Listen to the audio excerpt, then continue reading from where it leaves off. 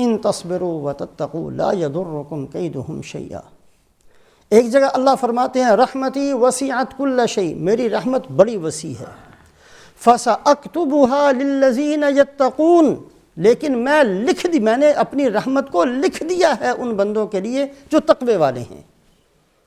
ایک نہیں، قرآن میں اگر غور کیا جائے سینکڑوں وہ منافع اور سینکڑوں وہ مسائل حل ہوتے ہیں تقوی پر۔ اگر تقوی موجود ہو تو دنیا کے اندر بھی کوئی مسئلہ پیش نہ آئے اور آخرت کے اندر بھی کوئی پیش نہ آئے۔ اور یہ تقوی ملتا ہے روزے کے اوپر، شاید کسی اور عمل پر یہ وعدہ نہیں ہے۔ یا ایھا الذین آمنوا کتب علیکم الصیام کما کتب علی الذین من قبلکم لعلکم تتقون۔ روزہ اس لیے فرض کیا گیا ہے کہ تقوی تمہارے اندر آ جائے۔ تقوی اس روزے کی وجہ سے ملے گا کب؟ اس لیے کہ جو ابھی حدیث پاک پڑھی گئی ہے، رب صائم لیس لہ من صیامہ الا الجوع، بہت سے روزے دار ایسے ہیں کہ سوائے بھوکا رہنے کے کچھ نہیں ملتا۔ سارا دن روزہ رکھا، اللہ کے ہاں لکھ لیا گیا، لکھ لو ایک دن بھوکا رہا، اجر و ثواب کچھ نہیں۔ ورب قائم لیس لہ من قیامہ الا السحر، رات کو جاگنے والے بہت سے ایسے ہیں کہ سوائے جاگنے کے کچھ نہیں ملتا۔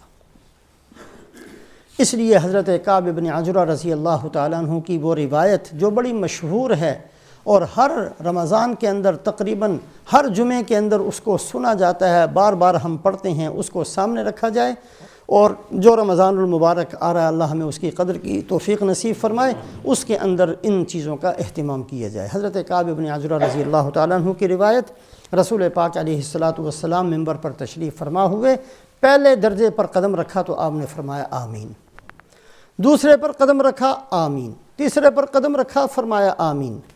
صحابہ نے عرض کیا یا رسول اللہ صلی اللہ علیہ وسلم، ایسا عمل آپ نے کیا ہے جو ہم نے پہلے کبھی آپ سے نہیں دیکھا۔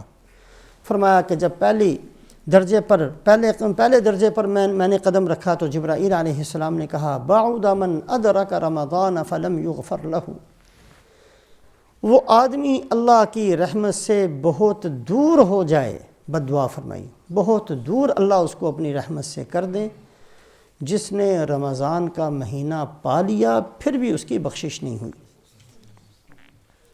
اس لیے صلحاء نے بڑا زور لگایا ہے اس بات پر کہ رمضان کے اندر اپنی بخشش کروا لی جائے۔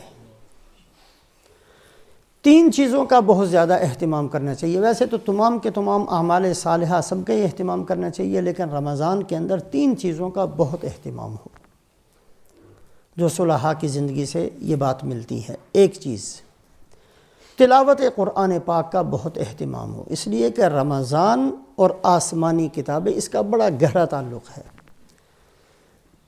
چاروں آسمانی کتابیں رمضان کے اندر ہی نازل ہوئیں۔ لیلۃ القدر کے اندر اللہ پاک نے پورے کا پورا قرآن لوح محفوظ سے آسمان دنیا پر نازل کر دیا، بعد میں آہستہ آہستہ آسمان دنیا سے زمین پر آتا رہا، لیکن ایک ہی رات میں انا انزلناہ فی لیلۃ مبارکہ، برکت والی ایک ہی رات میں سارے کا سارا قرآن لوح محفوظ سے اللہ نے نازل کیا، اور ساری آسمانی کتابیں رمضان المبارک کے اندر نکلیں۔ ایک تو رمضان کے اندر تلاوت قرآن پاک کا بہت اہتمام ہو، اور تلاوت بھی ترتیل کے ساتھ کی جائے، بڑے ٹھہر ٹھہر کر تلفظ کا خیال کرتے ہوئے، چونکہ ہم لوگ تو اس کے معنی کو نہیں جانتے، اگر کوئی جانتا ہو تو آیات رحمت پر خوشی کا اظہار کرتے ہوئے، آیات عذاب پر ڈرتے ہوئے قرآن پاک کو پڑھا جائے، تھوڑی سی بلند آواز سے، اتنی کہ کم سے کم اپنے کانوں تک پہنچ جائے، اس طریقے سے قرآن پاک کی تلاوت کی جائے۔ حضرت امام شافعی رحمۃ اللہ علیہ پورے رمضان میں 60 قرآن پاک پڑھا کرتے تھے، ایک قرآن دن میں ایک رات میں۔ ہم لوگ تو سوچ بھی نہیں سکتے، لیکن بہرحال جتنی کثرت سے ہو قرآن پاک کی تلاوت کا، ایک تو قرآن پاک کی تلاوت کا اہتمام کیا جائے۔ دوسری چیز وہ دعائیں جو قرآن کے اندر ہیں، اور وہ دعائیں جو رسول پاک علیہ الصلاۃ والسلام نے اپنی امت کے لیے مانگی اور سکھائیں۔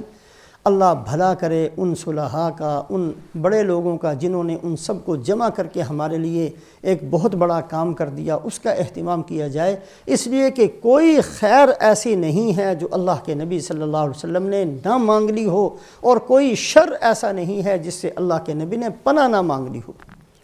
اپنے الفاظ سے اگر ہم دعا کریں گے، پتہ نہیں وہ الفاظ ہمارے کیسے ہوں گے، اللہ کے نبی صلی اللہ علیہ وسلم والے الفاظ میں دعائیں مانگی جائیں۔ حزب الاعظم کے اندر وہ ساری کی ساری قرآنی دعائیں بھی جمع ہیں، اور ادعیہ مسنون دعائیں بھی ساری کی ساری جمع ہیں، ان کا اہتمام کیا جائے۔ قرآن پاک کی تلاوت کا اہتمام، اور دوسرا دعاؤں کا اہتمام، اور تیسرا اہتمام کیا جائے توبہ استغفار کا۔ اللہ پاک بندے کی توبہ سے بہت خوش ہوتے ہیں۔ فرمایا کہ مثال دے کر اللہ کے نبی صلی اللہ علیہ وسلم نے فرمایا کہ ایک آدمی جنگل میں سفر کر رہا ہو، اونٹ اس کے پاس ہو، اونٹ پر اس کا سارا سامان رکھا ہوا ہو، وہ کہیں آرام کرنے کے لیے ٹھہر جائے، اور جب اس کی تھوڑی سی آنکھ لگ جائے تو وہ اونٹ جس پر سارا سامان، کھانا پانی سب کچھ رکھا ہوا ہے، وہ کہیں چلا جائے۔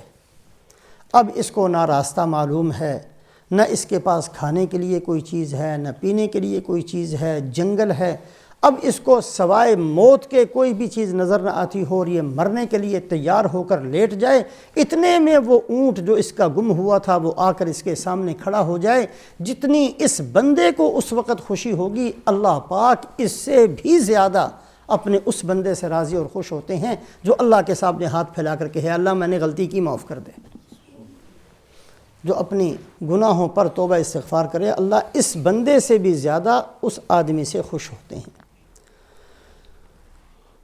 قرآن پاک کے اندر التائبون العابدون، عبادت سے پہلے توبہ کو ذکر فرمایا، تو ان تین چیزوں کا اہتمام، ایک تو قرآن پاک کی تلاوت کا، مسنون اور قرآن پاک کی دعائیں، ان چیزوں کے پڑھنے کا، اور تیسرا توبہ استغفار کا۔